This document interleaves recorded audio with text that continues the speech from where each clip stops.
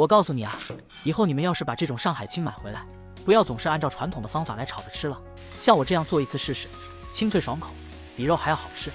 洗净的青菜切去叶子，再对半切开，锅中油热，倒入五花肉，开小火慢慢的炒，把它的牛油炒出来，再放点姜蒜、小米辣炒出香味。我每天都在用心的给你们分享做菜的小技巧，麻烦给个小红心鼓励一下嘛，非常感谢。好吃的关键就是放2勺这个很多酒店都在用的干锅酱，用它做干锅大虾、干锅土豆都很好吃，其他任何调料都不用放了。炒出香味，倒入青菜，快速的翻炒个2分钟，把青菜炒至断生，有条件的放点青蒜叶，给它翻炒均匀即可出锅，清脆爽口，越吃越想吃，赶紧去做吧。